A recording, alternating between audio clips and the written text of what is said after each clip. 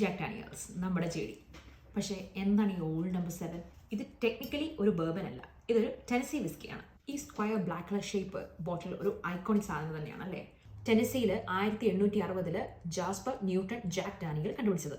US ഏറ്റവും പ്രായം കൂടിയ രജിസ്റ്റേർഡ് ഡിസ്റ്റിലറി, 7 ജനറേഷൻസ് ആയിട്ട് കൊണ്ട് നടക്കുന്ന പാരമ്പര്യം. ഇത് ഡിസ്റ്റിലേഷന് ശേഷം ഒരു സ്പെഷ്യൽ പ്രോസസ്സിലൂടെ കടന്നു പോകുന്നുണ്ട്, ഒരു charcoal filtration. Charcoal made from sugar maple wood before aging. This gives JD slightly smooth, slightly sweet and a smoky flavor. അന്നാ പറ, ഈ ഓൾഡ് നമ്പർ 7 എന്നുള്ള സംബന്ധം എന്ത്? സത്യം പറഞ്ഞാൽ ആർക്കും അറിയത്തില്ല. ഇതിനെക്കുറിച്ച് ഇപ്പോഴും ചർച്ചകൾ നടക്കുന്നുണ്ട്. ജാക്കിന്റെ ലക്കി നമ്പർ അത് പറയുന്നവരുണ്ട്, ജാക്കിന്റെ ഗേൾ ഫ്രണ്ടിന്റെ എണ്ണം അത് പറയുന്നവരുണ്ട്, പിന്നെ എന്തോ ഗവൺമെന്റിൽ രജിസ്റ്റർ ചെയ്ത നമ്പർ അത് പറയുന്നുണ്ട്, കാറിന്റെ നമ്പർ അത് പറയുന്നുണ്ട്. ടേസ്റ്റ് പ്രൊഫൈൽ പറയുവാണെങ്കിൽ കാരമൽ, വനില, ടോസ്റ്റഡ് ഓക്ക്, പിന്നെന്താ hint of smoky flavours. It's very smooth and easy drinking. Old number 7 മാത്രമല്ല, ജെഡിക്ക് ഒരുപാട് വേറെ യുണീക്ക് എക്സ്പ്രഷൻസ് ഉണ്ട്.